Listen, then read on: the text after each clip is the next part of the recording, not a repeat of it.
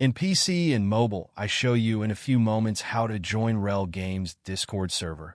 For this, we will start with the way in PC since we are here, and then I will explain you how we can do it also in mobiles. To do this, click on the Discover icon that we can see in the lower left corner of our application. Now go to the search box that you will see in the upper right corner and type Rell Games.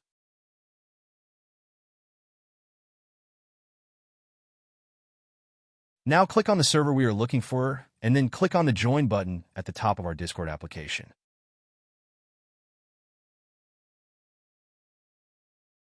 Congratulations, you are already inside the Discord server on PC.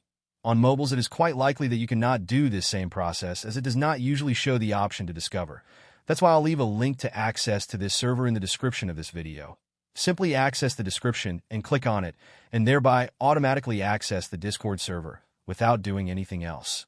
Please give a like to this video, comment, and subscribe. Until the next one.